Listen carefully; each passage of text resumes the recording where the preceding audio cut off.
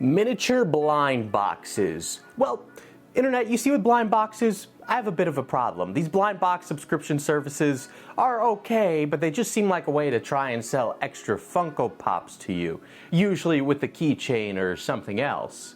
But could they be better? Could they be tailored to something you enjoy?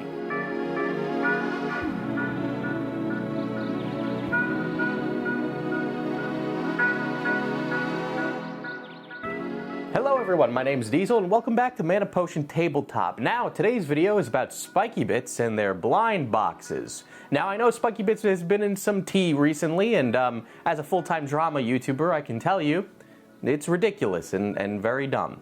With that out of the way, they haven't paid for any of this, but what do you get for your 45 smackers? So, $45 gets you roughly 85 bucks of minis, give or take. Now, I've been doing this for about 4 or 5 months, and some of it has been awesome, and some of it has been bad.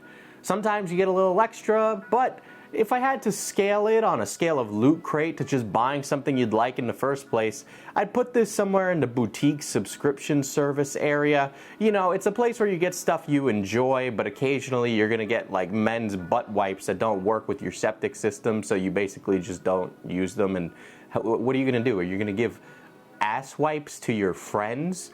That's weird. Now, let's get into what these boxes are for. Well, is this for the more tabletop-focused person? No. If you do that, don't get this. If you are like me, right, you'd probably play orcs, and, well, I haven't gotten a single orc thing. You might notice I'm holding a demon. It's pretty much all been demons. This is definitely something that is for the display painter, someone who's really painting a lot of different things and trying to improve on that portion of the hobby. But I mean, even with an intimidating sculpt like this, you might not even want to paint it because it's just so beautiful. Like, why would you want to ruin this? Speaking of, what is this? This little fella is from Creature Caster. He's the Lord of Slaughter. And this thing, I mean, even when it's not painted, this guy is absolutely gorgeous. At retail price, he's about 80 bucks, so that's great. I also got this Crusader guy from 3D Art Guy. I'm not sure how much the sculpt is. I couldn't find it on Spiky Bits, but it's a Space Marine Captain proxy. And if you're curious, the Primaris Captain is 40 bucks. So the price in the first box that I ever got was a fat dub.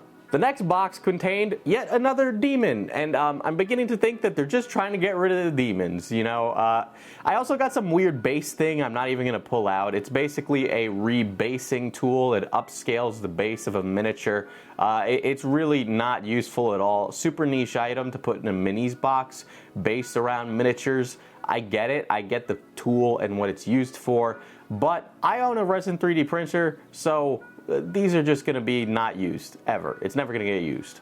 Especially for the value. It's a waste of money, right? But this guy is not a waste of money. If the last guy was called the Lord of Slaughter, of course, this fella is called the Lord of Hate. This is apparently the Prince size version of that, and it's from a 3D modeler person called Gamic. You might have seen their models around before. The Prince size relates to him being about the size of a GW Demon Prince model. Overall, he's very great, very detailed, and just an overall wonderful sculpt. And he definitely meets the $60 retail value based on the sheer scale of his spikes alone. The great thing about this whole subscription service thing is that it sometimes contains GW models. This is actually the only one I've painted. You've seen him here on the channel before. A Plague Marine Champion for 32 bucks. He was really fun to paint, an absolutely awesome time. I've basically fallen in love with Nurgle because of this whole putrid slimy thing going on. Now, this box also contains Star Wars stuff. I will not be using that. I kind of have a complicated relationship with Star Wars, but it's $60 worth of Star Wars stuff, so it'll get resold on eBay at some point. But yeah, maybe this is sacrilege, but I got like zero love or interest for X-Wings at all. I also, in my miniatures blind box, don't want pre-painted models. I definitely don't want Star Wars pre-painted models, so I'm sure somebody else will love it. It's just not for me, and I'm certain I could rant about Star Wars for hours as somebody with a film degree, so I'll just leave it there. Before I get into the final verdict with these boxes, subscribe and hit the bell. Unlike these boxes, it's free. Also, leave a comment and tell me what you thought the best item I grabbed was. Now, I forgot to unsubscribe to it, so I ended up with some extra stuff. So I've got like a resin dwarf fellow. I still have him in the bag.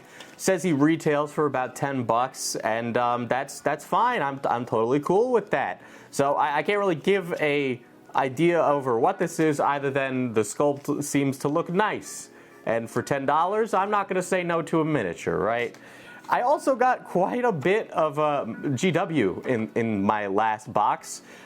It was Gene Stealers. Now, I don't play Gene Stealers, but I will gladly paint these up and have a great time doing it.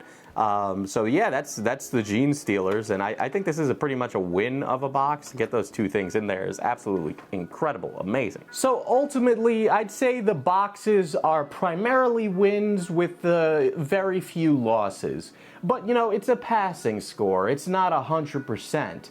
You know, for about $100, I'd say look to invest in something specific, really. If you're someone without a large pile of shame, you probably don't need more, or I mean, who to say how much of it you need, but it's so varied that it's hard to really narrow down exactly what you want or what you should get. I really think this is a business model that Spiky Bits can expand upon, and honestly, as a service, it's really just okay. It could be better. I think a big thing that would be very important here is a bit more of theming and consistency, so people are more interested in specific boxes at specific times.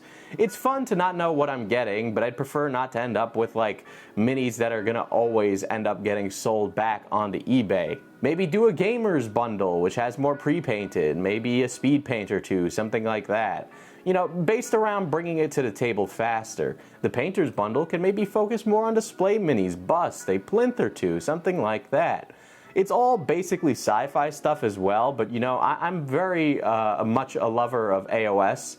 AOS is beautiful, and we should get some more fantasy love out here. I mean, we all know that I am the sassy goblin lover, so there's that as well. Basically, with this, it has room to grow, but right now it feels like they're trying to get rid of extra inventory. I like the randomness, but the randomness is also the biggest fault with a business model like this for producing miniatures and not really having anything specific. Pretty much everything I've given here is really great advice, I think, to Spiky Bits, and hell, it's free. So maybe next time they'll give me like a commission code or something, I don't know.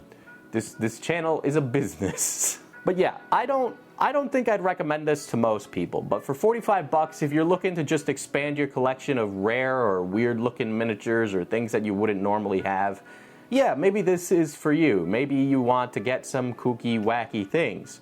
And I truly do think you'll end up with some stuff you'll like. But just don't be too miffed when you get a month or two that looks kind of bad. But yeah, in the meantime, I gotta get out of here because Mana Potion Tabletop is going on the road. Check y'all next time.